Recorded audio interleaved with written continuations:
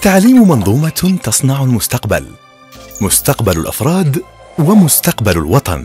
ولتحقيق هدفه يحتاج أن يستخدم أدوات المستقبل وليس أدوات الماضي.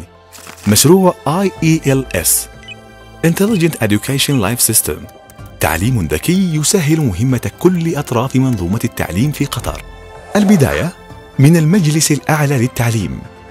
مناهج إلكترونية توقف هدر ملايين الريالات على الكتب الدراسية فقط ب25% من تكلفة الكتب. مناهج يسهل مراجعتها وتطويرها وتعديلها.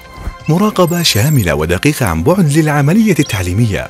إدارات المدارس تتواصل بمرونة مع أولياء الأمور، تستدعي الطلاب وتتبع حضورهم وانضباطهم وتدير شؤون التدريس. المدرس عبر IELS يقوم بإرسال المعلومات والشروحات للطلاب، يقيم الطلاب ويرسل الملاحظات ويصحح الواجبات والاختبارات.